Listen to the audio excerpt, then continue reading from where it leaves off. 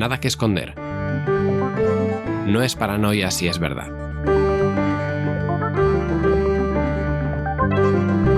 Espacio sobre privacidad y soberanía digital.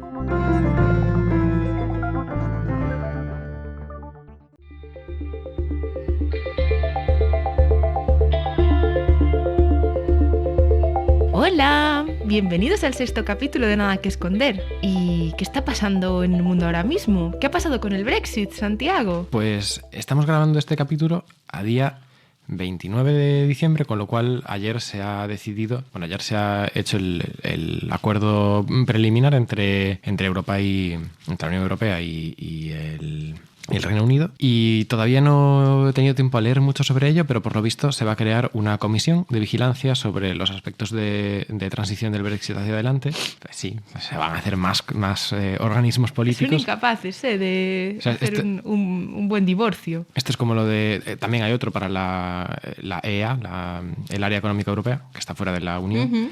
Pues esto va a ser otra cosa y por lo visto es un poco problemático el hecho de que Suiza esté también con otro acuerdo particular con Europa. Pues parece ser que es un problema un poco... Bueno, que es un poco de problema al respecto, pero todavía no he leído mucho más, o sea que no... Bueno, veremos qué ocurre. Hoy tenemos un capítulo muy especial por concurrido, porque en la sección principal hablaremos con Andrea G. Rodríguez sobre geopolítica y tecnología, y en la sección mágica con Sergio Lago sobre su labor como gestor cultural especializado en el ámbito digital. Es que es una sección random, Sofi. No, sección mágica. Agarraos fuerte que comienza este capítulo.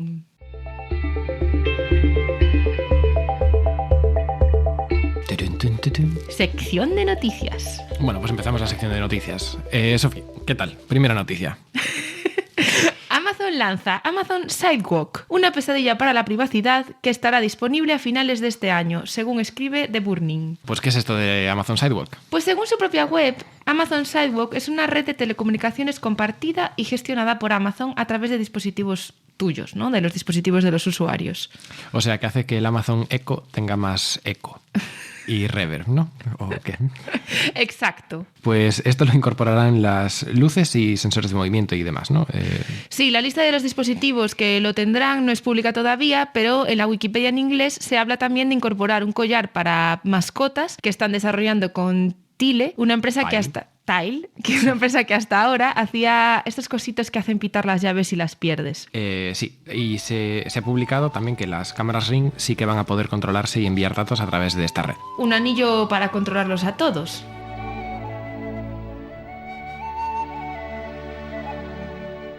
Pero ¿y cómo funciona entonces? A ver, pues Amazon te coge a ti y a tus vecinos que tengan dispositivos suyos también y entre todos cedéis ancho de banda para formar esta red. De forma que, pues a través de Internet y de Amazon se conectan todos los dispositivos. O sea, es una red más, aparte de la Wi-Fi o aparte de lo que sea. Y lo que hacen es que los dispositivos entre sí, que lo incorporen, pues se hablan por Bluetooth o por una banda propia en los 900 MHz si no son capaces de hablarse entre sí por Wi-Fi. De forma que, pues aunque no estén en contacto porque haya interferencias en la red de la Wi-Fi, en la de 2,4 GHz, pues pueden hablar o por Bluetooth o por esta banda de 900 MHz.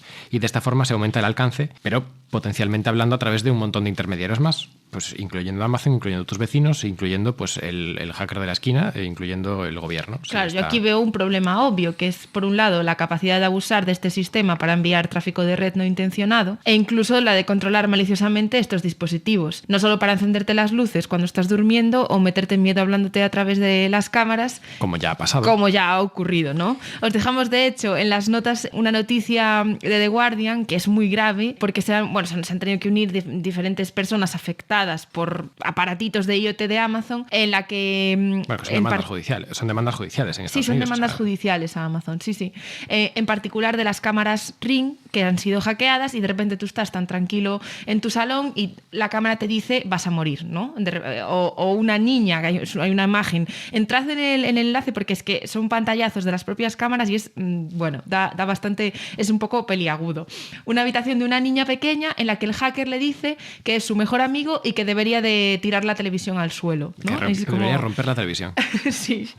No, es que Amazon no deja de sorprendernos con su absoluta falta de autocrítica respecto a cómo gestionan la privacidad de los usuarios de sus productos. Sí, sí. Sigue creando más y más productos con un potencial de ser inseguros y abusables y que recopilan datos de lo más sensible e íntimo y se ponen en bandeja a crackers, a hackers, ¿no? No, crackers son los malos, hackers no tienen por qué ser malos. Ah, no, vale. Se lo ponen en bandeja a crackers, fuerzas de seguridad o cualquiera que sepa leer un poquito Matrix. Eso es.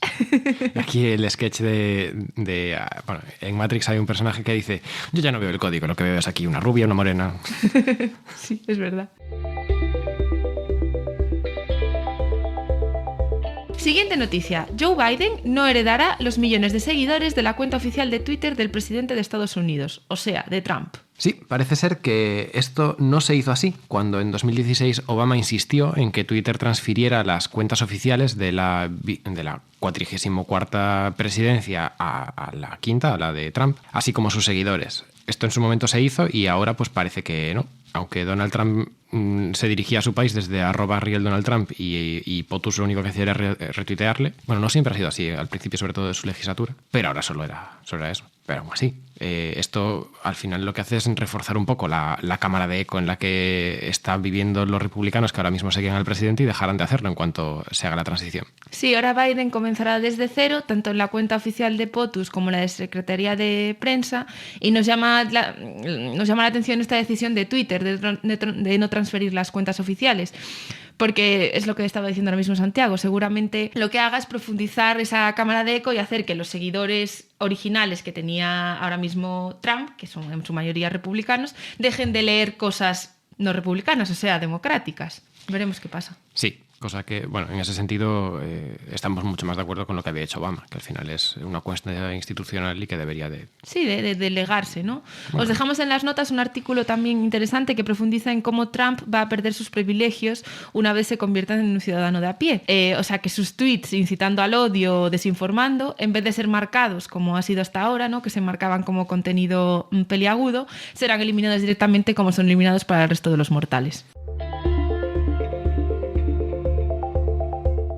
Titula The Guardian, siguiente noticia: las aplicaciones de seguimiento de la menstruación recopilan datos excesivos y no necesarios para su funcionamiento que atentan gravemente contra nuestra privacidad y que son compartidos además con terceros. Según un estudio de la ONG Privacy International sobre las 5 aplicaciones más utilizadas a nivel mundial, se sacó en claro que almacenan datos de lo más íntimo, como la frecuencia de infecciones u otras patologías, patrones y rutinas sexuales, medicación anticonceptiva, citas ginecológicas. En una investigación del año pasado se descubrió que algunas de estas aplicaciones compartían directamente esta información con Facebook y algunas de ellas incluso se conectan a Fitbit, la pulsera que monitoriza tus pulsaciones, y cruzan información. Fitbit ahora es de Google. Uh-huh. Las aplicaciones almacenan, tratan y venden hasta lo que se escribe en el apartado de notas que suelen tener las aplicaciones. Estas aplicaciones están básicamente hechas para eso, ¿no? Para monitorizar a las personas menstruantes y luego vender estos datos. Como conclusión y recomendación para las usuarias que quieran utilizar este tipo de aplicaciones es, primero, buscar aplicaciones que no precisen registro con email, no contestar a los formularios o apartados sobre la intimidad y la salud, no poner datos personales como edad, peso, etc. y no darles permisos de ubicación ni acceso a calendario, contactos o galería de imágenes. Hay otra opción,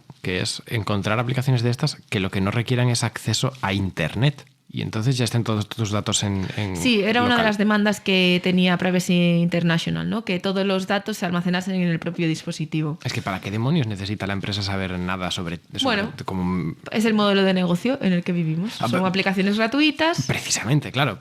Pero que las aplicaciones no estaría mal que pudiesen acceder a tu peso, tu edad y las notas que tú misma hagas sobre su funcionamiento, sobre el funcionamiento de tu cuerpo, si eso se queda en tu dispositivo, si eso se queda en tu control. Uh-huh. Y sería más útil para todo el mundo.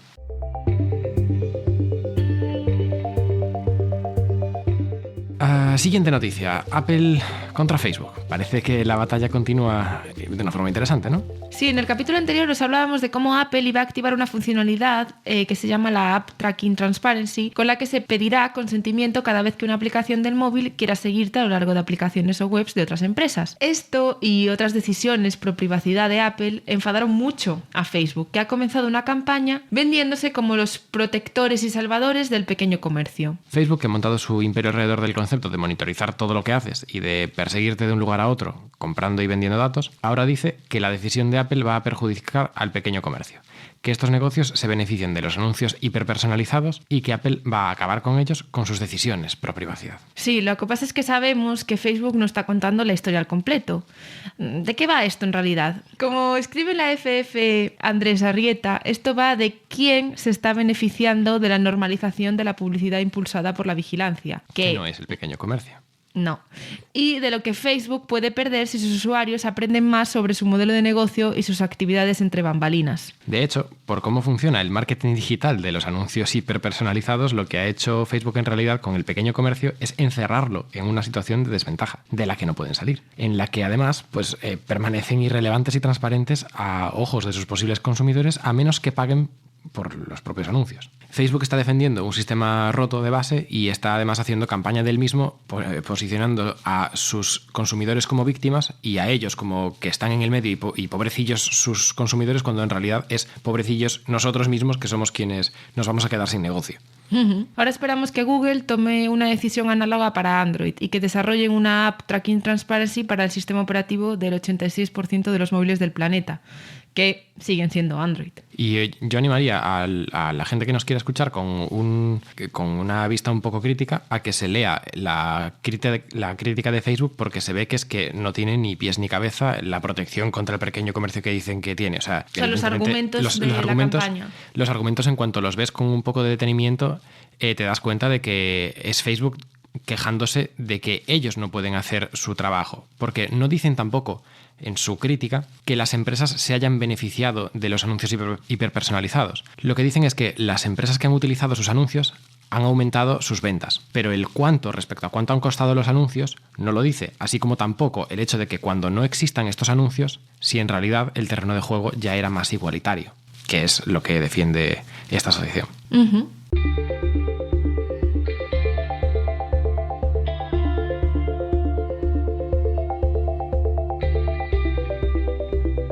Y siguiente noticia entonces. Ahora vamos a hablar de Telegram. Sí, Telegram empezará a mostrar, siguiente y última, Telegram empezará a mostrar anuncios y a cobrar por algunas funciones. Este sistema de mensajería se aproxima a 500 millones de usuarios activos, así que sus fundadores han empezado a pensar cómo generar ingresos para mantenerse a flote. Y es que hasta ahora, Pavel Durov, que era el multimillonario fundador de Telegram, pues lo que había hecho es shut up and take my money, coger su dinero e ir financiando tanto la infraestructura como el desarrollo de Telegram, lo cual es bastante llamativo. O sea, que haya un señor que está poniendo 10 millones de euros al año para financiar un sistema de mensajería de forma altruista, sin publicidad ni ningún tipo de remuneración, pues es bastante curioso. Y se veía que no iba a ser sostenible a largo plazo. En el comunicado oficial dice que no va a vender la compañía como hizo WhatsApp y que la manera de monetizarlo va a ser mediante, dos pilares: publicidad y también mediante un sistema de freemium en el que algunas funcionalidades sean de pago. Los anuncios estarán en los chats públicos y nunca en los chats privados uno a uno. Y no en los chats, lo que dice es que van a estar en los canales, que son los canales que son de difusión, en los que tú no puedes contestar de vuelta. Que en los chats y en los chats de grupos y uno a uno que no van a estar. Eso es lo que decía el comunicado. Y bueno, aquí pues nos parece lógico, ¿no? Que de alguna forma se tenga que monetizar la plataforma, si no, pues no funciona. Lo que está por ver es si los anuncios se basan en los datos que la propia plataforma recopila de ti o cómo va a funcionar realmente el sistema. Y hasta aquí la sección de noticias de hoy. Después de la música vamos a contar con Andrea G. Rodríguez, que nos va a hablar de geopolítica. Y os esperamos ahora.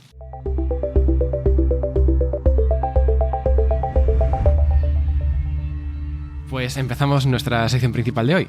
Tenemos con nosotros a Andrea Rodríguez. Un placer tenerte en Nada que Esconder, Andrea. Bienvenida. Muchas gracias a vosotros por invitarme, que ya sabéis que soy fan. Fan, fan. Hola, Andrea. Voy a presentarla, así hacer una mini presentación.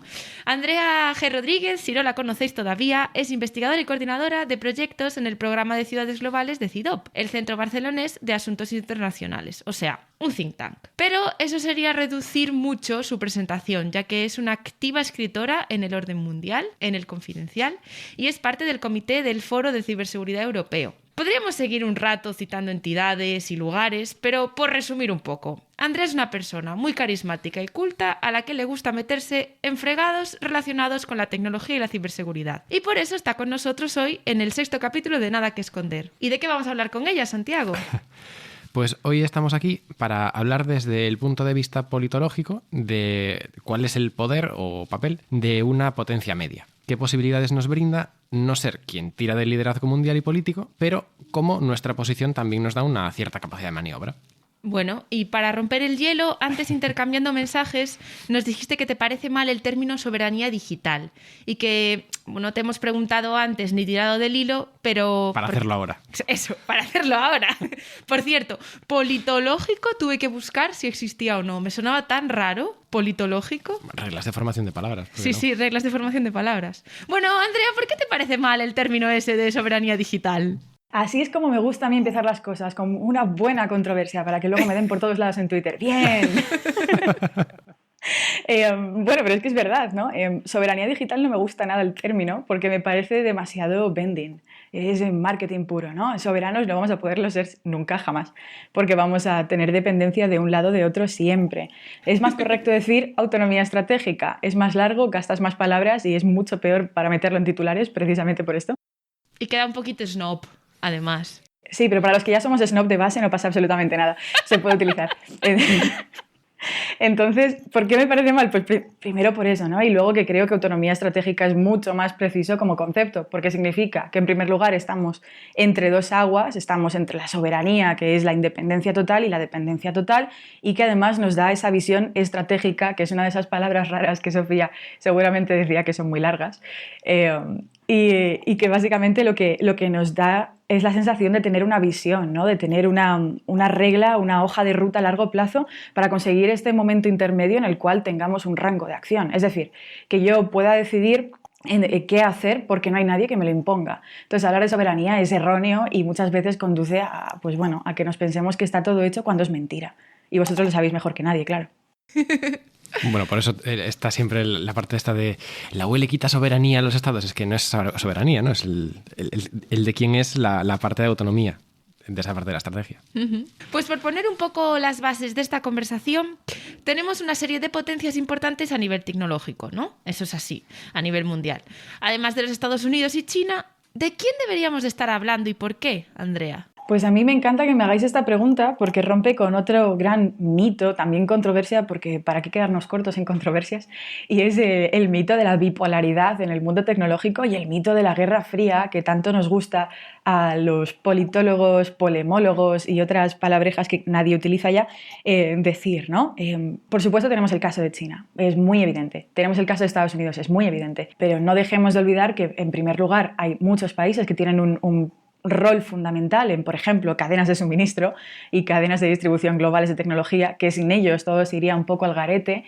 Y aquí pues voy a sacar un poco experiencia propia, pues ¿por qué no hablar de Taiwán, ¿no? De semiconductores, por ejemplo? Pero luego también tenemos a Rusia. Rusia ha sido el primer país en probar el conseguir hacer ese internet separado del mundo, y Rusia parece ser que, como está en un mal momento económico, como tiene un poco de movidillas en Oriente Medio, como realmente preferimos fijarnos en 2016, interferencias, elecciones, desinformación, granjas de trolls y de bots, pues no hablamos de esto. Pues hola, señores, sí, tendríamos que hacerlo. Y también pues otras cosas que han salido, ¿no? Pues países que siguen un poco todo este recorrido que empezó, pues no Rusia, pero por otros. O sea, no estamos hablando de Irán, no estamos hablando de Japón, no estamos hablando de Corea del Sur, no estamos hablando de grandes actores con un peso en el tema tecnológico muy fuerte. A mí me entra la duda de cómo cada potencia mundial de estas de las que hemos hablado se enfoca respecto a la tecnología, ¿no? ¿Qué visión hay? ¿Qué visión tiene cada una de estas potencias del futuro del Internet y de la tecnología?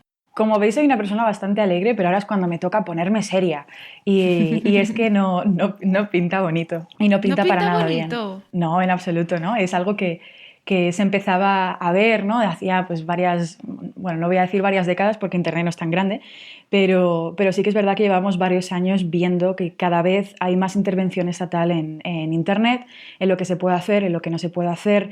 Cada vez más la industria tecnológica en todas sus fases ha empezado a formar parte de ese globo que justifica todo, que se llama la seguridad nacional, y ello hace que, por supuesto, lo que se nos viene adelante no vaya a ser quizá lo utópico para lo que se creó, ¿no? No va a ser una red descentralizada, no va a haber todo, bueno, pues esa sensación de libertad, de privacidad, de anonimidad de la red. Parece que vamos hacia allá. Es lo que se está llamando con el nombre catchy, ¿no? Antes hablábamos de nombres que llenan titulares, este es uno de ellos, que es el Splinternet.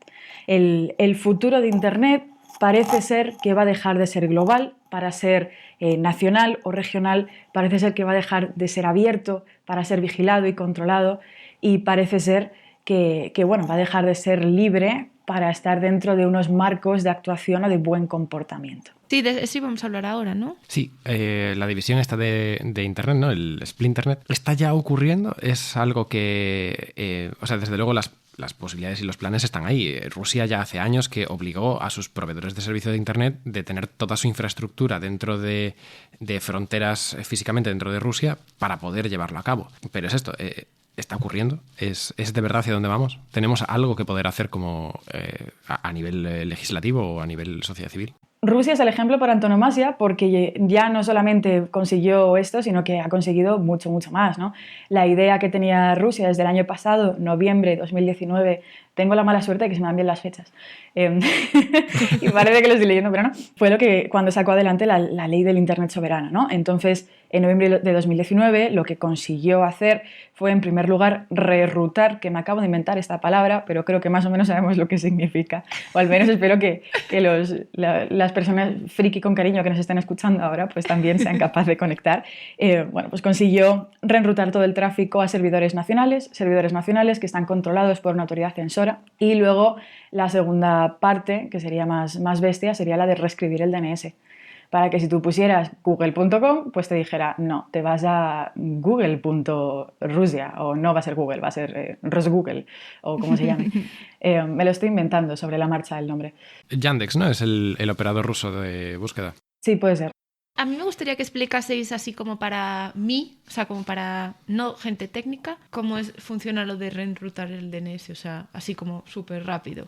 Pues el sistema de DNS es un sistema descentralizado de nombres. ¿De qué son las siglas? DNS es Domain Name Service. ¿Vale? O sea, es Domain Name Servers o Service, según si es el servicio o el servidor. Uh-huh. Es un sistema descentralizado en el cual existe una entidad que gestiona lo que es la parte global de Internet, que se llama ICANN. Tiene la potestad de asignar quiénes son los servidores raíz del DNS, se llaman. Que estos son los que conocen cuáles son las entidades que guardan. Imaginaos que hay una guía de teléfonos que es la del .com o la del .net o la del .es. Pues cada una de estas guías telefónicas tiene una serie de servidores. Uh-huh. ¿Quién son esos servidores? Lo decide ICANN. Si Rusia decidiese tener su propio Internet, podría reescribir quiénes son los servidores raíz y con eso reescribir todo el sistema de DNS, como quisiera. O sea, es como si tú en lugar de tener... O sea, en realidad en Internet no es que sepas cuáles son las direcciones IP de la gente. Lo que haces es poner un nombre y ya está. Es como si en lugar de llamar por teléfono poniendo los números, llamases siempre a un número de atención a una operadora y dices, conéctame con Sofía Prosper. Y entonces pues te estaría llamando. Vale, genial. Muy accesible esta explicación. Me ha gustado. ¿Tú qué opinas de la explicación, Andrea? ¿Te ha gustado? Que ojalá me lo hubiesen dicho a mí, me hubiese ahorrado un montón de horas delante del ordenador buscando cosas y leyendo artículos insufribles para... Nada, Santiago, ya te he fichado, ¿eh? Para los siguientes articulillos medio técnicos te voy a soltar un DM. Es que lo entreno yo para que explique, ¿sabes? En plan, a nivel guía telefónica y cosas así como muy visuales.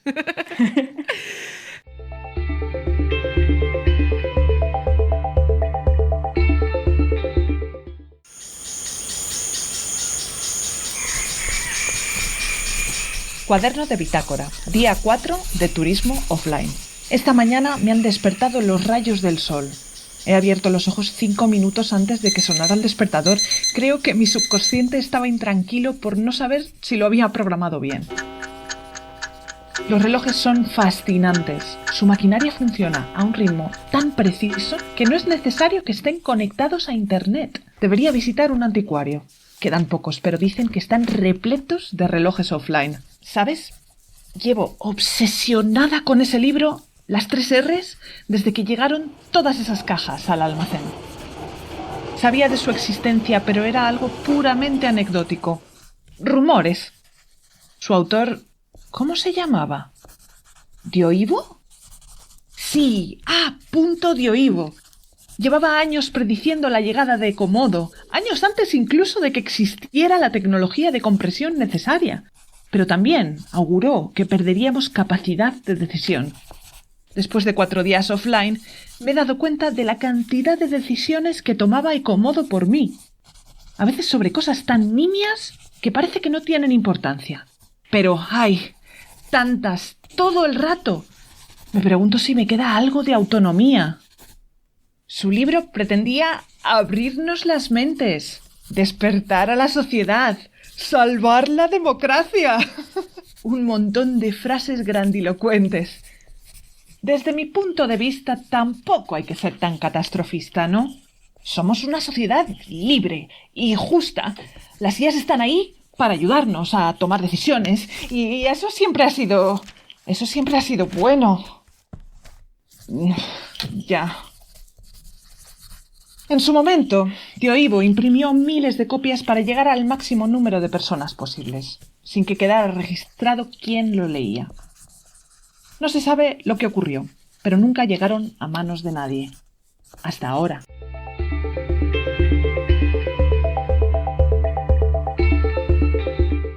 Vale, yo aquí tengo una duda, ¿no? Porque sí, como que originariamente el Internet, bueno, originalmente se pensó DARPA, bla, bla, bla, no voy a meterme ahí. Originalmente era para uso militar. Para uso militar, ya lo sé, no iba a meterme tan atrás, pero que al final Internet ahora mismo se entiende como pues, una red global, ¿no? O sea, es algo que es lo único, digamos, que de verdad nos conecta a todos, que de verdad puedes hablar con cualquier persona del mundo, puedes acceder... Claro, ¿qué pasa cuando empiezas a partirlo y entonces ya es...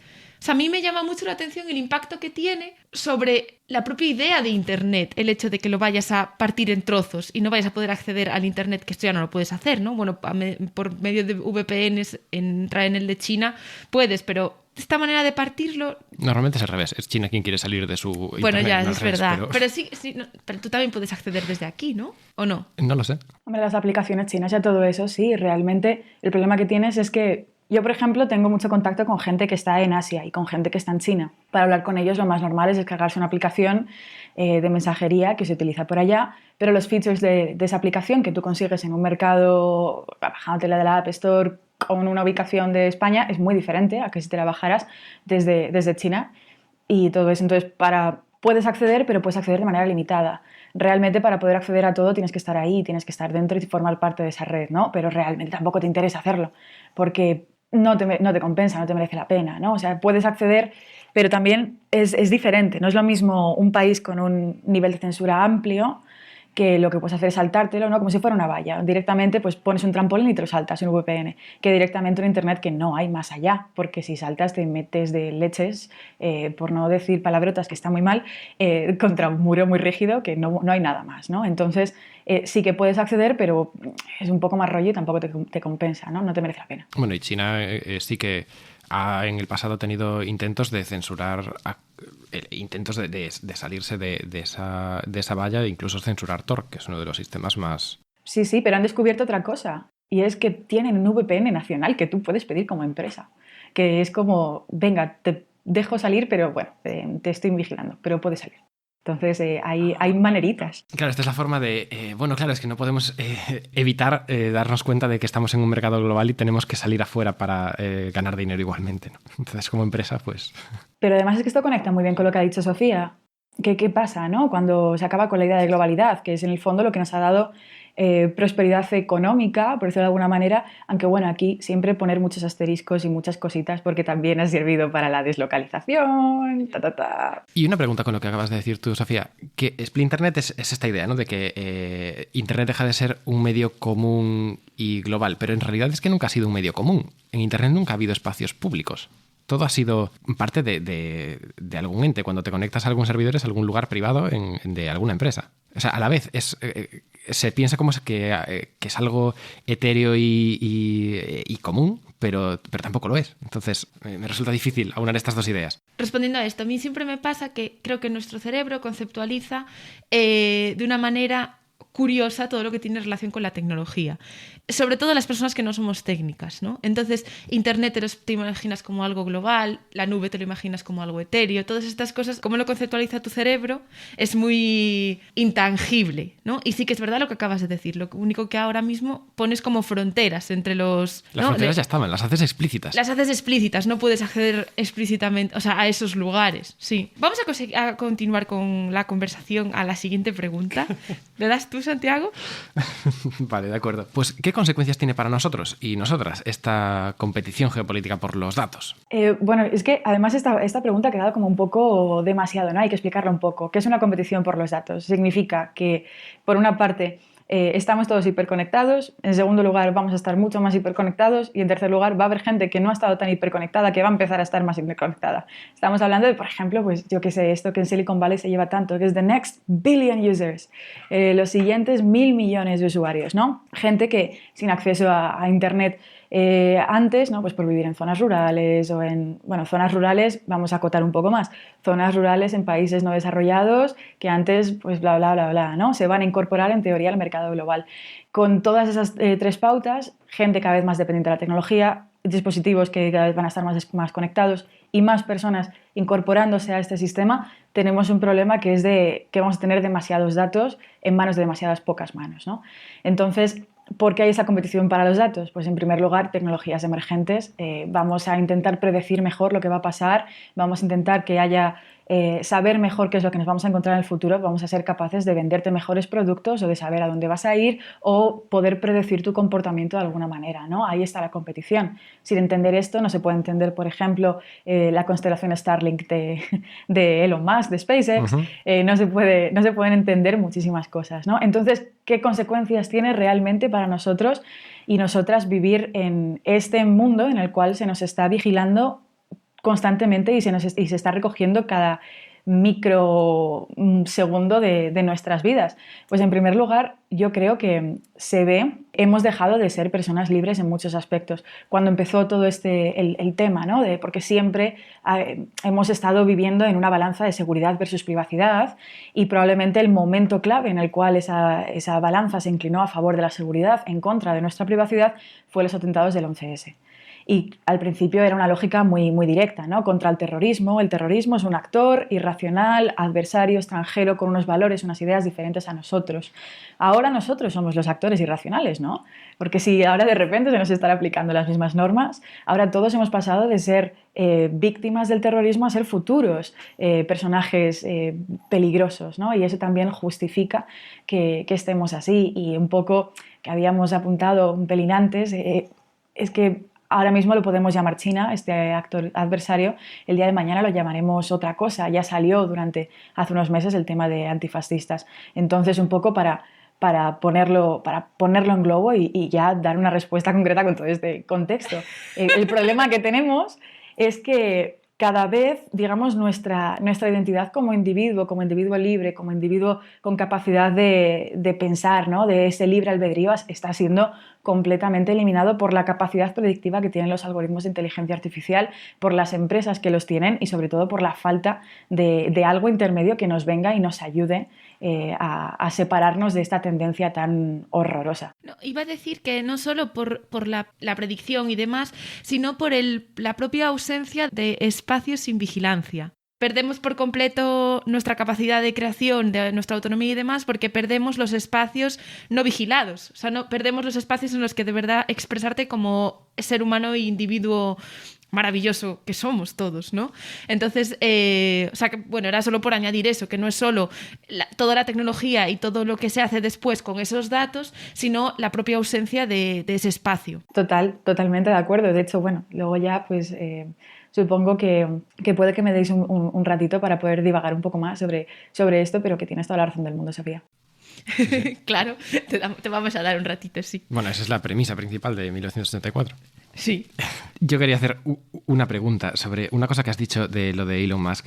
¿Starlink tiene algún sentido entonces? Porque económicamente yo en las cifras no se lo entiendo. Para mí no lo tiene. Es más caro que el acceso de banda ancha por cable normalmente. Os falta también explicar qué es Starlink. Ah, claro. O sea, que uno de los dos lo explique. Sí.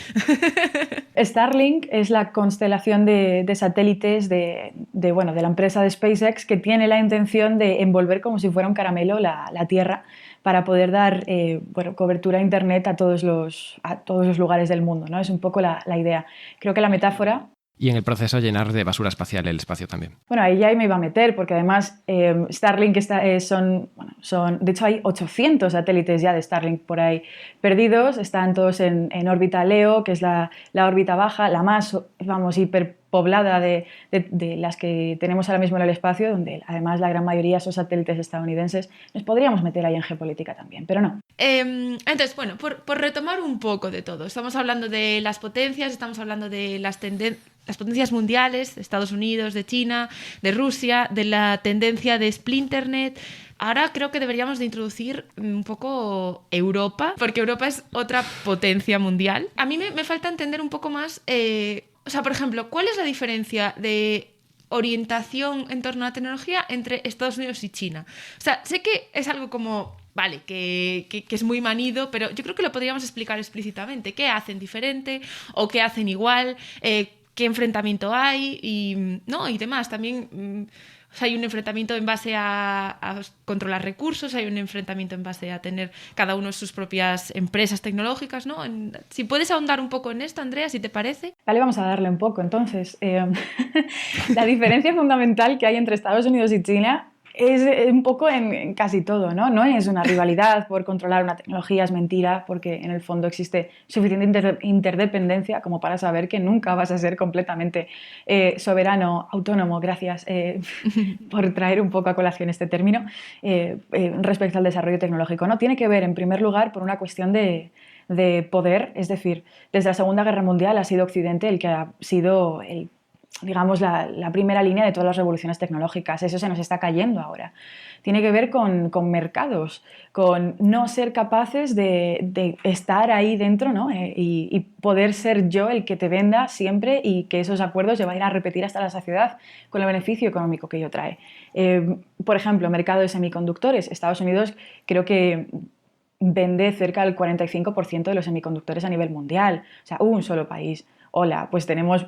¿Cuántos países hay ahora mismo en Naciones Unidas? ¿No? Más de 190. Pues que uno solo ya te venda el 45%, ya, pues ahí tenemos un momento de monopolio. Que ahora entre otro país a rivalizarte con ese tipo de productos o con ese tipo de industrias, ahí tienes un problema grave, ¿no? De prosperidad y sobre todo de futuro. También es una competición de valores, que esto muchas veces nos olvidamos de ello y que suena increíblemente hipócrita, y yo soy la primera que lo dice, y es que es cierto que en un momento en el cual la cultura democrática se está viendo con cada vez más recelo, y esto es una tendencia, ¿no? Lo llevamos viendo un montón de años con los populismos, por ejemplo, en Europa. Bueno, Donald Trump está ahí por algo, ¿no? Es precisamente esa manera de protesta de que este sistema que nos han vendido como idóneo, como perfecto, en el cual todos nos vamos a poder realizar y vamos a ser prósperos, no lo son. Y no lo es, y nos ha fallado, ¿no? Y entonces ahí viene la otra, pues si nos ha fallado es que hay una alternativa, la alternativa no es tan democrática, suele ser un pelín más restrictiva, un pelín más autoritaria. Entonces, si además nos viene un país como China y nos dice, pues oye, señores, mirad, mi modelo ha conseguido sacar de la pobreza a tantos millones de personas en un momento récord. Mi modelo hace que el PIB per cápita de cada ciudadano chino se doble cada X número de años, que la gran mayoría de los ciudadanos puedan acceder a una educación superior de calidad y que luego tengan garantías de conseguir trabajo. Entonces es un problema de valores la expansión tecnológica, porque también viene acompañada de esta idea de que la prosperidad ya no va de mano del el libre mercado sí, pero no de una democracia detrás que se supone que defiende ciertos valores, entre ellos que nosotros podamos estar hablando tan libremente de estos sin temer que alguien venga detrás a decirnos buenos días señores y señoras, van a pasar ustedes pues un tiempecito en la cárcel, ¿no? Entonces son estas tres grandes competiciones: poder, mercados y valores, y ya está. Y todo lo que salga de ello no existe, porque en el fondo tiene una traducción y tiene una visión a estas tres cosas. El problema que tenemos, y ahí pues un poco por meternos en el tema de este capítulo, es que llevamos muchos años como si fuéramos una maderita a la deriva, ¿no? En el mar, vamos a un lado, a otro, donde nos lleva la marea, ¿no? Tenemos un momento en el cual Estados Unidos es genial de la vida y de repente Estados Unidos dice, pues bueno, las aceitunas españolas van a tener que pagar aranceles. Jope, ¿pero por qué? Si éramos súper amigos. Pues no. Entonces viene China y dice, coronavirus, no os preocupéis, que no tenéis mascarillas, yo voy a mandar a médicos, voy a mandar mascarillas, voy a mandar EPIs, voy a mandar de todo. O sea, hemos estado a ver quién nos quiere más y a ver quién nos lame la oreja, ¿no? Y por suerte, von der Leyen, que yo la tengo cariño, ha decidido que no debería ser así siempre y no somos la única región. Hay otras que parece ser que estamos viendo la luz, ¿no? Un poco en salir, pero tristemente la competición geopolítica viene de ahí.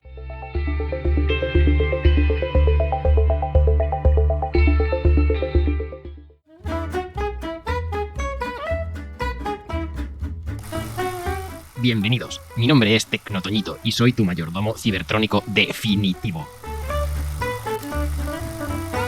Conmigo podrás preparar platos deliciosos y limpiar la casa para dejarla como una patena. Incluyo mis propias cintas que explican las instrucciones de uso. Esta es la cinta número 6 de 250. Cómo freír un huevo con Tecnotoñito en 36 sencillos pasos. Dejar sobre la encimera los ingredientes, sal y huevo. Dejar sobre el fuego apagado una sartén con una cucharada de aceite y azúcar, alineada con la encimera y el centímetros con mucho de la sartén, una espumadera. Programa el temporizador manteniendo pulsado el botón de la encimera y aumentando la comandos. Una orden número 6 para huevo automático al punto. Y retira tu huevo de la sartén. Como ves, es súper sencillo accionarme y te facilito muchísimo la vida. Compra Tecnotoñito y no te arrepentirás.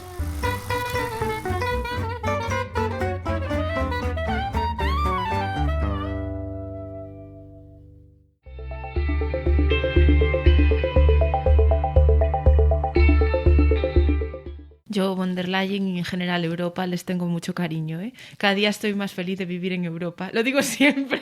Sí, sí. O sea, es que es bueno, no sé, ahora hablaremos de ello, pero es que es el lugar de las libertades y donde más se nos protege y no sé. Me encanta Europa. Y es curioso que además, desde un punto de... O sea, aunque como estados son todos más pequeños que Estados Unidos o que China, evidentemente, desde el punto de vista del mercado, Europa sigue siendo el primer mercado mundial, aún. Con lo cual, pues... sí, bueno, es que claro, a nivel que está creciendo China respecto a cómo están creciendo los demás, pues es posible que esto deje de ser así. Bueno, oye, no sé siquiera si Europa ahora mismo es el mercado más grande del mundo, ¿eh? Con la firma del RCEP, que es el tratado ojo, en Asia, en la región de Asia-Pacífico, no sé si era como un tercio del PIB mundial, lo que agrupa, y no sé ya hasta qué punto Europa puede o sea, no sé cuál es más grande ahora mismo. Si no somos el más grande, seremos el segundo más grande por la firma de este. Pero bueno, eso al menos nos deja ver que seguimos perdiendo peso, ¿no? Que Asia sigue siendo el pivote político, económico, tecnológico mundial, o parece que así va a ser la cosa. Sí, sí. Con lo que quería ir es a que seguimos siendo un actor extremadamente importante a la hora de decidir políticas internacionales y de estar sentados en esa mesa. Lo que pasa es que como países no, pero como unión sí que es mucho más potente todavía. Esto nos lleva directamente a la siguiente pregunta, ¿no? Que es si es posible una tercera vía, o sea, otra manera de hacer, una última manera de hacer. Bien, después de tanta controversia, por fin algo feliz, ¿no? Pero es que es verdad, es que todos estos temas al final suenan a conspiración y suenan a negativismo, ya vamos a morir todos mañana que venga ya el meteorito, ¿no? Pero es verdad que... que sí existe una tercera vía y que aún no se está dibujando, ¿no? Estamos viendo los primeros trazos y somos incapaces de verle sentido, pero yo creo que sí, y que la Unión Europea juega aquí un papel fundamental para inaugurar una vía autónoma y una vía, voy a poner increíblemente, muchísimas comillas, no me estáis viendo, pero estoy poniendo muchas comillas, de soberana, porque no me gusta la palabra, ya ha quedado claro. Entonces es lo que yo llamo el papel de la potencia media, ¿no? Porque al fin y al cabo superpotencias hay muy poquitas. Hola, por eso se llama superpotencias, porque siempre es a nivel comparativo, pero potencias medias cada vez hay más, ¿no? Y ya no solamente pensemos en Europa, pensemos también, vamos a traerlo a casa, ¿no? Pensemos en España. España es la cuarta economía de la Unión Europea, también es un país que está en este término intermedio, ¿no? Entre lo más bajín y Alemania. Entonces, claro, es que es así, lo siento mucho, sí, pero sí, nos entendemos todos. Entonces, esta potencia media, digamos que tiene ciertas características, ¿no? Así de la conceptualización que yo he hecho, pues reflexionando y tal. Y entonces, una de ellas es que la potencia media es consciente de que le afecta enormemente el tira y afloja que hay entre estos países que son protagonistas, ¿no? Esta madera a la deriva que hablábamos antes. En segundo lugar, se da cuenta de que precisamente por esa dependencia o esa inacción limita su propio desarrollo y limita la capacidad que tiene de decidir entre las cosas que pasan, ¿no? Si yo como Europa quiero desarrollar mi industria tecnológica, pero los acuerdos que tengo me obligan a comprar tecnología estadounidense o hacen que compre esta tecnología china por lo que fuera, por poner a las dos potencias en el mismo nivel aquí, ello va a hacer que sea muy caro desarrollar tecnología nativa, tecnología europea, ¿no? Y que sea mucho más caro el desarrollarla, el ponerla, el venderla, en que sea rentable y en que ello pueda cumplir pues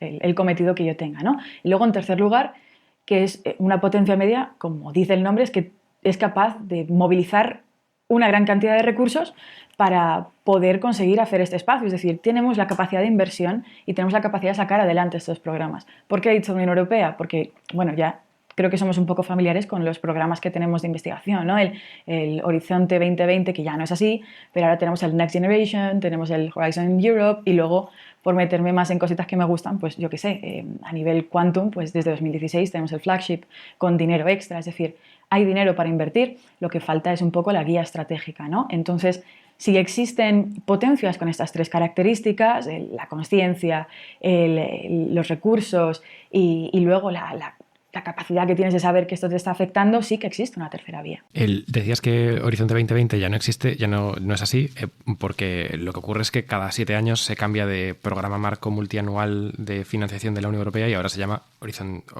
Europe o Horizonte Europa, que es el próximo de los siguientes 7 años, ¿no? Sí, y es maravilloso la originalidad de los nombres, tienes toda la razón del mundo ahí. Ah, sí. Y has dicho que sí que, Andrea, sí que hay una tercera vía. He entendido que es una potencia media, pero ¿qué podría hacer un país como España para posicionarse de otra manera? Quiero decir, ¿qué hace un país como España en este mundo de lobos? ¿Qué deberíamos hacer, ¿no? Porque decir que qué hacemos es como un poco desalentador. Yo creo que lo que tendríamos que hacer son dos cosas muy grandes, es participación y visibilidad, ¿no? Es un poco, pues, para generar espacios, ¿qué necesitas? Pues estas dos cosas, necesitas a gente que esté dentro y necesitas que esto se vea para que se note que existe la tercera vía, ¿no? Cuando hablo de participación me refiero que la única manera es quizá, pues hablando por ejemplo del tema de Splinternet que hemos cubierto tanto en este episodio, crear nuevas maneras de demostrar que esa no es el futuro que nos merecemos y que no es el futuro que es más beneficioso para nosotros, ¿no? Algo así como dejar claro que la parte de Splinternet es la vía fácil.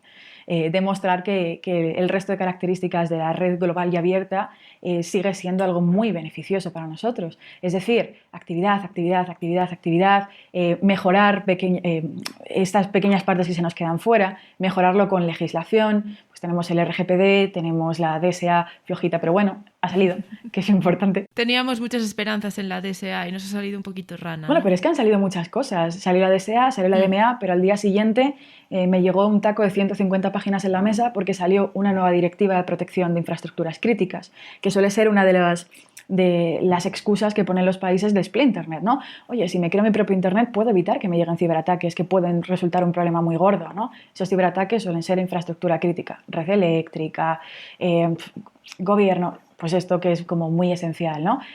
Coge la UE y dice, bueno, pues te voy a hacer una directiva precisamente para proteger esto.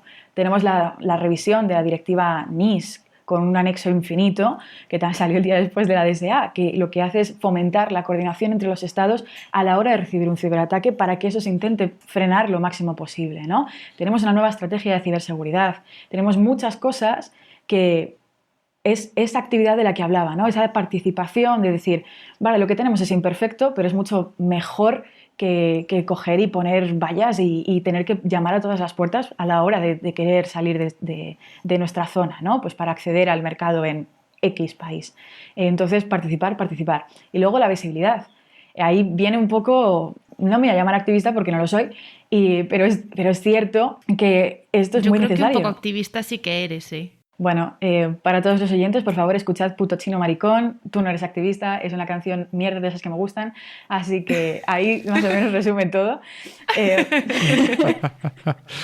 Es verdad, ¿no? Realmente creo que soy una persona que tiene ideas que me meto en fregados, pero tanto como activismo por cantidad de tiempo que dedico a ello, no tanto, ¿no? Divulgo, pero bueno, una cosa es una cosa. Entonces... cuando hablaba de visibilidad, un poco por retrotraerme al tema, hablábamos de apoyo. Ese apoyo es el activismo que estoy hablando, ¿no? Es ser todos conscientes de que esto es mucho mejor que lo que nos viene y que, aunque sea imperfecto, pues es un paso. Hablamos de la DSA, ¿no? La hemos mencionado por aquí. Pues bueno, nos esperamos un montón, pero es mucho mejor eso que seguir dejando que, yo qué sé, que Android no deje a otros entrar en su sistema operativo y que no puedas instalar ciertas aplicaciones o que es mucho mejor, que un paso es un paso al fin y al cabo, ¿no? Entonces, el apoyo es ese y luego el segundo, que es los resultados. Si tú apoyas algo, pero luego no te da resultados, lo que pasa es que te desinflas. Se te desinflan las ganas y no te apetece una basura seguirlo intentando, ¿no? Entonces, para ello hay que hacer políticas donde el enfoque no sea el desarrollo de las políticas, sino la implementación. Y ahí viene esa característica de potencia media, recursos. Es decir, la DSA no va a salir adelante si no tenemos a gente que de verdad está supervisando que eso salga adelante. Porque tú puedes sacar adelante algo muy ambicioso, pero que luego en el fondo se quede en papel mojado, ¿no? Y necesitamos que haya resultados que nos demuestren que eso funciona, que por ahí es el buen camino y que, sobre todo, que es el inicio de una regulación aún mayor, ¿no? O una desregulación, que regular por regular muchas veces es tontería. Sí, no, es un poco lo que ha pasado con la GDPR. Se ha aplicado, sí que ha salido adelante, pero no se está persiguiendo a quien la incumple tanto como se debería. Sí, a mí me faltan todavía algunas cuantas multas millonarias por salir, de verdad. Sí, ¿verdad? Pero que bueno, que sí que, por ejemplo, el BBVA ha sido multado hace poco con 3 millones de euros por parte de la Agencia de Protección de Datos y ahora puede hacer este tipo de multas que antes no podía. Claro, estamos justamente ahí, ¿no? Si no hay resultados que demuestren corregir estos pequeños problemas estructurales, lo que va a pasar es que se va a poner en duda su legitimidad, ¿no? ¿Para qué tienes un RGPD si realmente no está saliendo a nada? O sea, y esta molestia extra que le estás dando a las empresas y ¿por qué? Si luego en el fondo se incumple en este reglamento, pues no va a haber nadie detrás persiguiéndolo, ¿no? Es precisamente pues es a lo que me refiero, ¿no? Hay un artículo que me mola mucho que dice que Europa es un imperio por ejemplo. Por ejemplo, viene de inglés for example, es decir, por predicar con el ejemplo. Y es que precisamente es esto, ¿no? Ahí estamos en este momento. Si hacemos esto, si ponemos estas multas, si damos a entender que esta alternativa es mucho mejor de la que nos espera, vamos a poder hacer que esa idea pues, se propague más allá de nuestras fronteras, ¿no? Y que podamos plantarle cara un poco a esta competición que tenemos. Y lo de las sanciones, vamos, es que sin sanciones realmente la gente pues no agacha la cabeza y hace lo que tenía que hacer. O sea, hemos hablado un montón de todas las negatividades, de qué es lo que está ocurriendo con las distintas potencias, cómo estamos un poco en medio y la capacidad de predicar un poco con el ejemplo, con las partes que tenemos. Vale, este es el estado actual. Desde aquí, ¿cómo podemos ir hacia un mundo ideal, hacia un mundo más utópico que distópico? Pues es que esta pregunta es clave, ¿no? Realmente a la hora de elaborar políticas o a la hora de sacar adelante iniciativas funcionamos con marcos ideales, es decir, cuál es el mundo que queremos ver y qué tenemos que hacer para llegar ahí. Yo creo que precisamente para mí este mundo ideal sería que hubiera bancos de datos públicos, que esos bancos de datos públicos tú como usuario fueras capaz de saber y de qué es lo que está pasando ahí dentro, que pudiéramos trazar como se hace, pues, por ejemplo, en la cadena de alimentación, ¿no? Por dónde ha pasado nuestros datos en todos los momentos y que en el fondo pudiéramos dar nosotros el consentimiento de que eso fuera. Que yo ahora mismo hubiera una interfaz, que no existe, por supuesto, en el cual metiendo mi DNI, por ejemplo, pudiera saber mis datos personales que recogió pues, tal agencia, a dónde han ido a parar, dónde están guardados, bajo qué garantías y quién ha accedido a ellos. Algo parecido existe en Estonia, parecido, o sea, parecidito. No tan exacto, pero es cierto que funciona, ¿no? El ideal que tienen de identidad digital en Estonia hace que tú puedas acceder a todos tus datos desde un portal centralizado público estatal, ¿no? Y que puedas ver quién ha accedido a esos datos, de tal manera que si tú quieres acceder a tu historial médico y una persona se ha metido que no debería haberlo hecho, tú sepas quién lo ha hecho y lo puedas denunciar, ¿no? Algo así, pero con estos datos personales a nivel total. Eso sería lo que a mí me gustaría ver. ¿Podemos llegar a eso?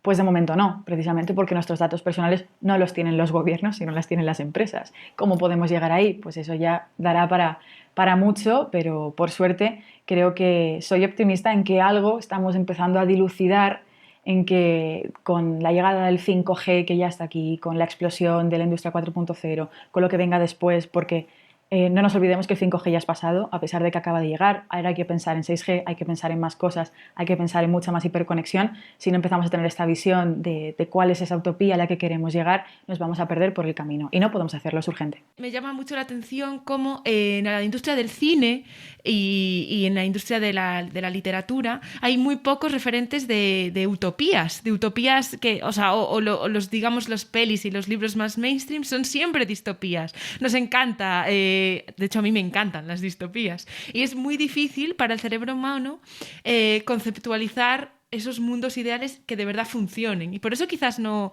nos cuesta tanto llegar a ello, ¿no? Me miras muy serio. Yo es que creo que las utopías está mal formulado el concepto. Porque al final los derechos fundamentales, muchos de ellos entran en conflicto unos con otros. Lo hablábamos antes con lo de la seguridad y la privacidad. Uh-huh. Desde luego, ambas cosas son necesarias. Pero ¿cuál es la medida de seguridad y la medida de privacidad que genera una utopía? Pues es aquella en la que la sociedad está de acuerdo, en que lo es. Pues nada, chicos, quizá la conclusión del programa es que tenemos que trabajar mucho más en utopías y tenemos que reunirnos para que esas utopías se puedan llevar a cabo, ¿no? Esa implementación de los mundos ideales en vez de tanto 1984, que anda que no tienes años el maldito libro y mira que sigue saliendo, en todos los lados. Y mira que es vigente, además, todo lo que está diciendo. Muchas gracias, Andrea, por haber venido. Ha sido un placer hablar contigo y esperamos que puedas volver pronto. Eso es. Bueno, si me invitáis, yo siempre vengo. Si no, pues os seguiré haciendo un poquito de promo porque me gusta un montón lo que hacéis y lo veo increíblemente necesario, ¿no? Quizá la parte previa a la utopía es el descubrir la verdad, es algo muy filosófico, ¿no? El desvelar primero para poder hacer que la gente piense por sí misma y yo creo que estas iniciativas que estáis teniendo vosotros desde Lluvia y este podcast en especial es tan necesario que si la gente no lo escucha tendría que hacerlo más. Gracias, Andrea. Muchísimas gracias. Hasta pronto.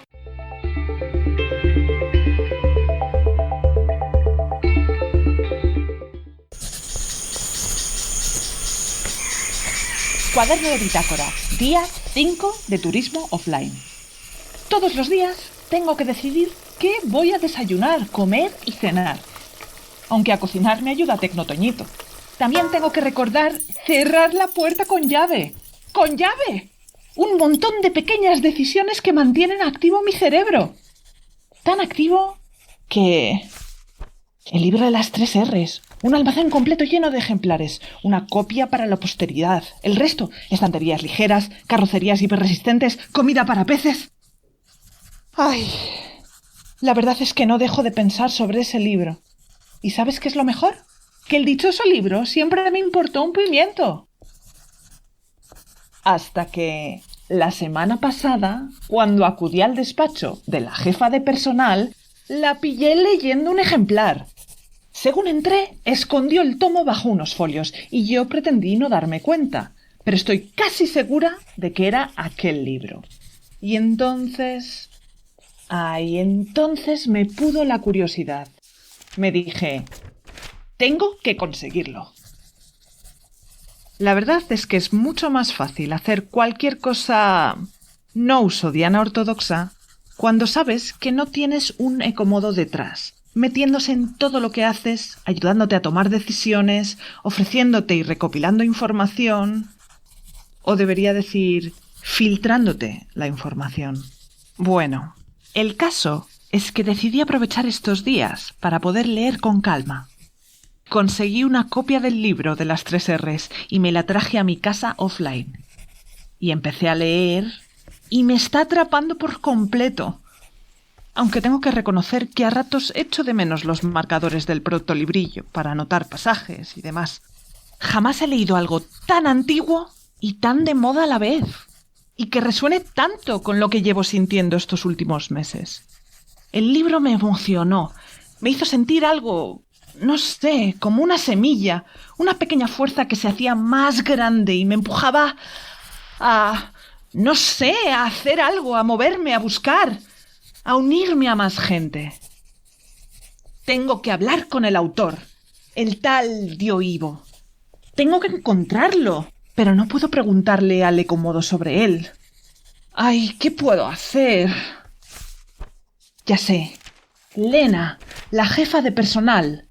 Ella lo estaba leyendo, quizás debería hablar con ella. Pero tengo que ser de lo más prudente. No pueden sospechar de mi síntoma. Ya sabes, el libre pensamiento ese. Y tengo que ser rápida. Hay que encontrarlo antes de acabar mi turismo offline y volver con el maldito Ecomodo.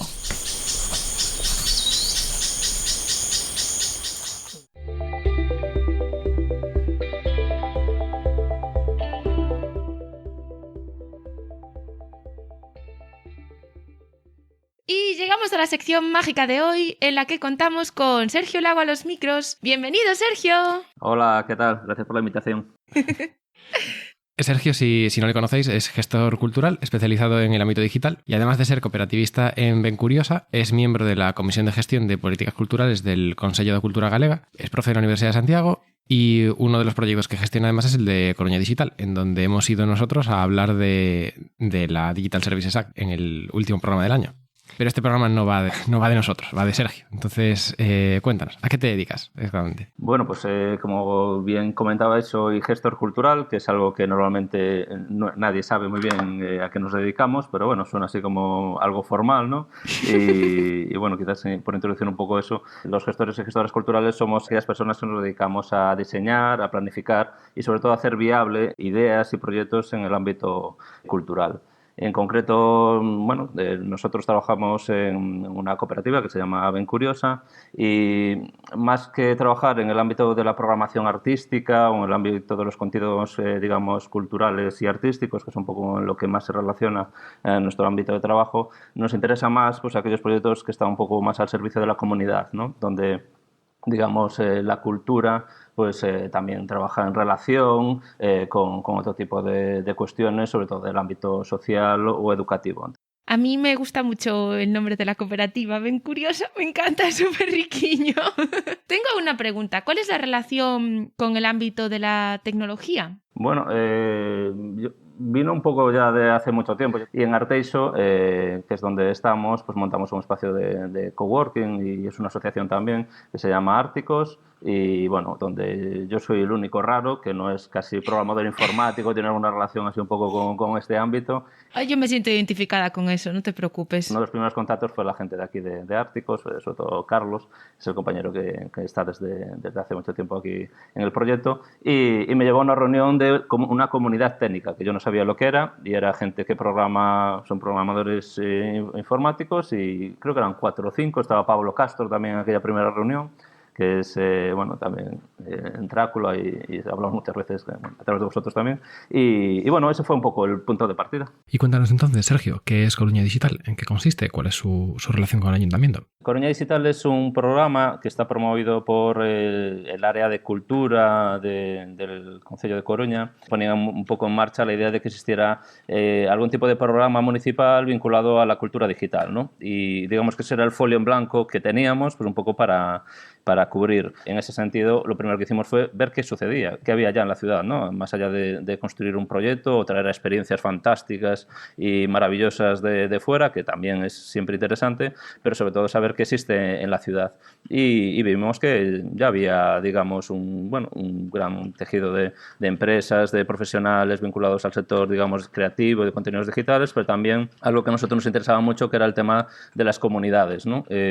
Había una comunidad también referente, yo creo que en todo el noroeste, en el ámbito maker, la gente de Bricolabs, y también había muchas comunidades técnicas que estaban, bueno, pues empezando en aquel momento también a emerger, cada vez había más y, bueno, de temáticas diferentes, y nos parecía lo más interesante para trabajar. Y entonces, Coruña Digital lo que hace es aunar, o sea, como los esfuerzos de todas las comunidades ya preexistentes en Coruña, ¿o eso es una de las partes? Una de las patas principales de Coruña Digital es ayudar a las comunidades, sean técnicas o sean vinculadas a creación de contenidos digitales que hay en la ciudad, pues para poder hacer lo que ellos quieran hacer o ellas quieran hacer, ¿no?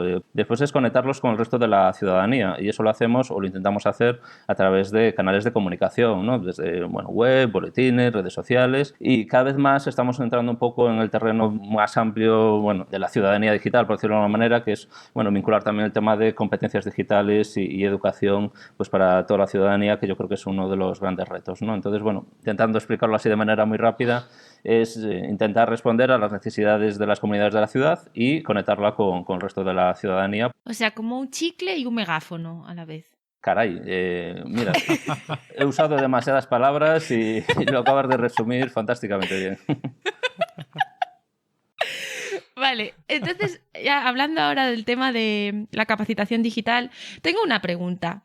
¿Crees que la educación y la capacitación digital puede generar un cambio en la ciudadanía? No sé si el objetivo ya es que genere un cambio, sino garantizar que exista derecho a la participación en el ámbito digital. Yo creo que ya estamos en otro punto, ¿no? Nosotros empezamos hace apenas 4 o 5 años y hay gente que lleva trabajando mucho tiempo en este ámbito y ha cambiado bastante, yo creo que el foco en el sentido del para qué hacemos determinadas cosas en programas, por ejemplo, de educación y de cultura digital, ¿no? Al principio era, también con esa visión un poco maravillosa, ¿no? De todas las posibilidades que nos ofrecía la tecnología, también a veces un poco por un empuje. Nosotros tenemos participantes, muchos de los participantes en nuestras actividades son gente que son prescriptores, quiere decir que vienen a aprender cómo funcionan determinadas cosas para llevarlas a su ámbito.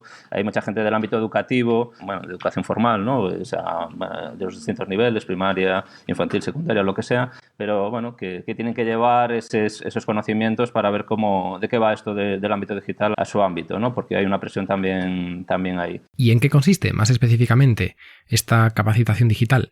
¿Cómo llegan luego estos prescriptores a primaria o a secundaria o lo que sea?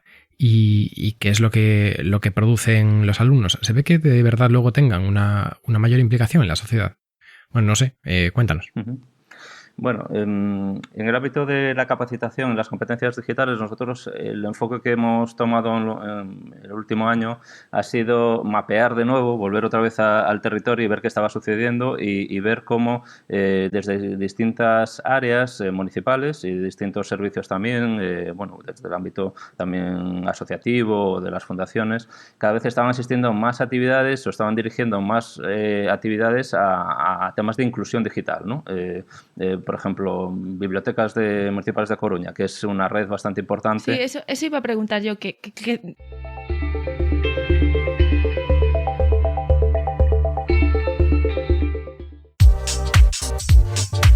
¡Sabor! Es la experiencia más increíble que he saboreado nunca. ¿Saboreado? ¿Cómo que saboreado? Una experiencia no se saborea. No me digas que no conoces los caramelos Vívelo. Yo me acabo de comer un Vívelo ácido y he visualizado la vida de un limonero en las costas de Usodia. No te creo. ¿Y qué más sabores hay? Vívelo dulce, Vívelo fuerte, Vívelo salado. Tú te comes el caramelo y tu cerebro hace el resto. Caramelos Vívelo. Por una vida con sabor.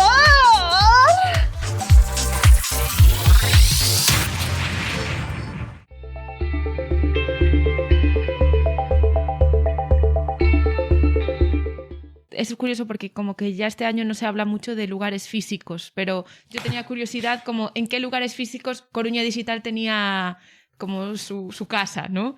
Que ya sé que es una pregunta rara en un año de pandemia porque todo se ha vuelto online, pero sí que creo que es interesante de cara al futuro, cuando recuperemos nuestras vidas, saber a dónde puedes ir. Bueno, nosotros intentamos trabajar en varios sitios de la ciudad, el lugar donde más cómodos y donde tenemos la mayoría de actividades, y también intentamos que comunidades puedan organizar allí las suyas. Es un centro sociocultural de barrio, es un centro muy amplio que se llama Ágora, que está en un barrio además con una gran densidad de población y atiende muchas necesidades ahí, y nos parecía también un lugar lógico, ¿no? Desde este enfoque de trabajo también en el plano de las comunidades y sociocultural, pues estar en un espacio así, ¿no? Entonces, bueno, es un poco donde operamos. Ese espacio tiene además una de las bibliotecas de la red municipal. ¿Quiénes son los usuarios y qué es lo que piden? Pues ahora la gente entra a una biblioteca para pedir una cita médica. La gente entra a una biblioteca para saber cómo puede operar un tema bancario. La gente entra a un centro sociocultural pues un poco para lo mismo. O ahora mismo, por ejemplo, están dejando de hacer muchos cursos de introducción a la ofimática y cosas así para hacer servicios de atención tecnológica personalizada, porque bueno, pues hay muchos espacios de este tipo que están atendiendo también necesidades como pedir una ayuda social, que es algo que hay que hacer telemáticamente. Entonces, hay esa demanda que es un poco silenciosa. Yo creo que, bueno, todos nos damos cuenta, ¿no? Y hablamos de brechas digitales y bueno, cada vez es más irrelevante, desde mi punto de vista, el tema generacional, ¿no? Pensar en un grupo de edad concreto, y es mucho más transversal, ¿no? También en centros educativos, por ejemplo, pues bueno, temas de... Bueno, claro, ahora mismo está yendo más la policía a hablar de uso seguro de Internet, y hay gente que lo hace maravillosamente bien, y tenemos compañeros también que participan en las actividades que lo hacen muy bien, pero quizás también en el trabajo sobre todo con juventud,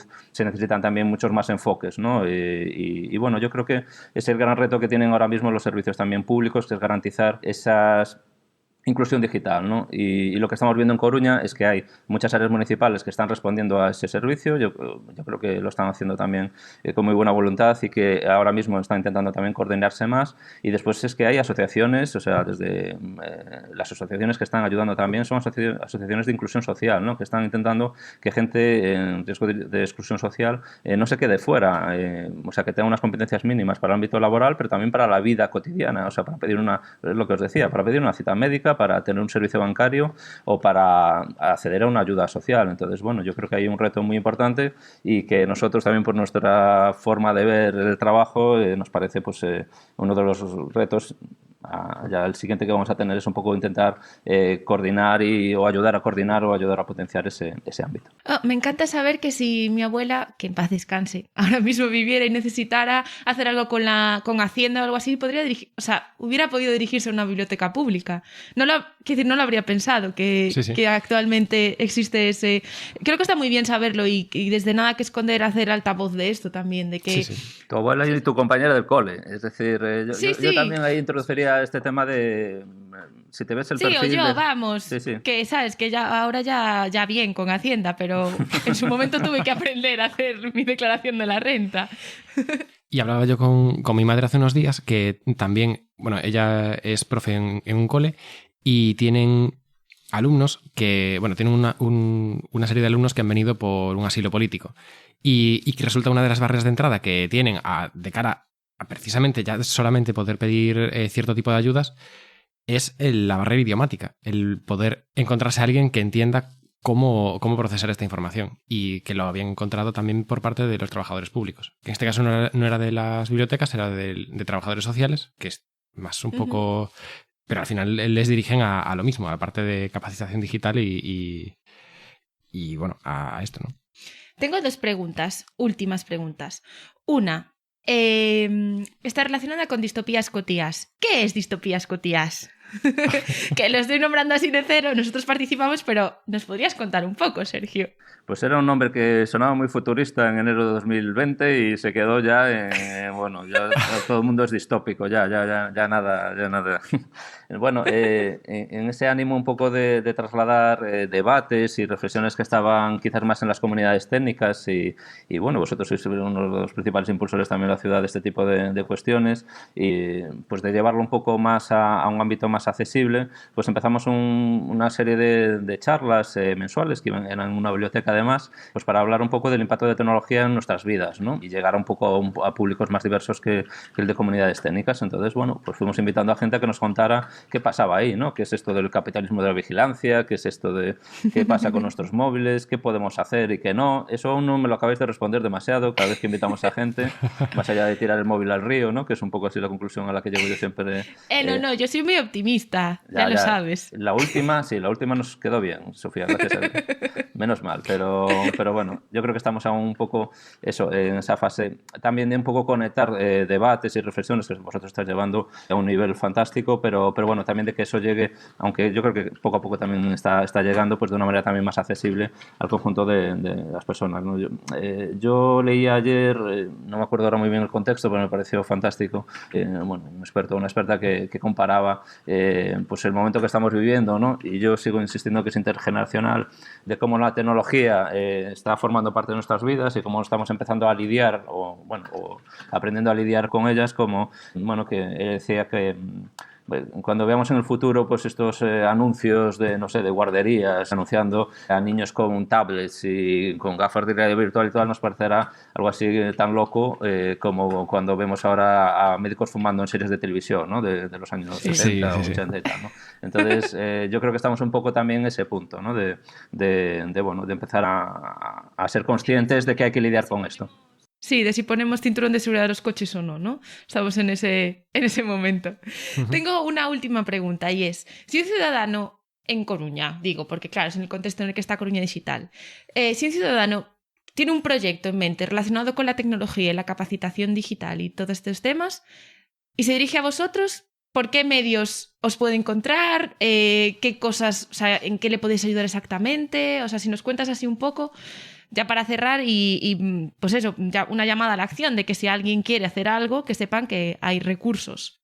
Bueno, tenemos una página que es coruñadigital.gal o corunadigital.gal, o se busca también en alguno de estos buscadores, no vamos a hacer publicidad a uno de ellos, pero y bueno, intentamos también documentar pues todo lo que hacemos, todas las líneas de actividad y también la página intenta mostrar sobre todo cómo puedes participar en las distintas comunidades, en las distintas temáticas y también participar en el propio programa, ¿no? Entonces, bueno, yo creo que la página web es un poco el punto de partida. También sí, gente que nos escucha de otros lugares o que tengan la idea de desarrollar un programa parecido, que estén trabajando en este ámbito y tienen curiosidad por ver el enfoque que nosotros tenemos, por si algo les resulta de utilidad, pues en la página intentamos hacer también un poco esa labor de documentación, ¿no? Entonces, bueno, yo creo que la página web para cualquier persona, tanto si es de la ciudad como de Galicia, como si es de fuera, pues puede encontrar un poco así con más detalle lo que hacemos y lo que hacen sobre todo las comunidades aquí en Galicia. Pues qué bien. Es que una parte muy guay también es la parte de replicabilidad, de poder hacer estos experimentos localmente, pero en múltiples localidades. Bueno, Sergio, pues muchísimas gracias por haber venido a este 6º capítulo de Nada que Esconder y esperamos, no sé, poder invitarte en el futuro para hacer una sección principal o algo. Bueno, gracias por la invitación, ha sido fantástico poder hablar un poco del trabajo que hacemos y nada, enhorabuena por el programa, que me lo paso fantásticamente bien con vosotros y nada, no he podido cantar hoy, así que no sé si en la sección principal, pero en alguna de esas, por favor, llamadme para la próxima, lo prepararé un poquito mejor, la parte artística. Vale. Y nada, nos vemos y nos hablamos. Muchas gracias, Sergio. Venga, un abrazo. Un abrazo.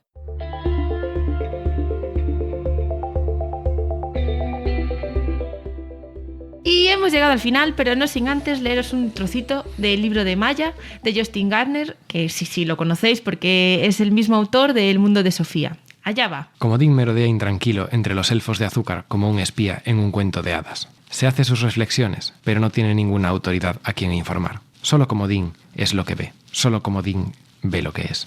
Muchas gracias por escucharnos. Hasta la próxima.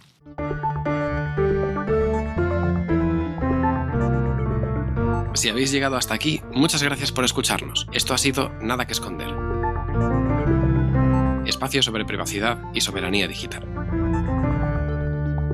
Puedes encontrar todos los capítulos en iVoox, Spotify y en blog.lluvia.io, donde también encontrarás las notas que acompañan a este programa y los detalles de la licencia y atribuciones del contenido utilizado. Envíanos comentarios a través de Twitter en lluvia_, o por email. Nos escuchamos en el siguiente capítulo. ¡Hasta la próxima!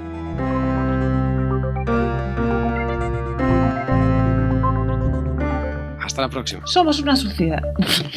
Eso digo yo. Somos una sociedad. ¿Nos han abierto? Sí, la IA de Betanzos nos ha abierto otra vez. Vale. Sí que me gusta lo de, aunque a ratos eche de menos los marcados del protolibrillo. Ay, product placement. Sí. De nuestro propio producto que no existe. Sí. ¡Sabor! Es la experiencia más increíble que he saboreado nunca. ¡Te quedó genial, tía!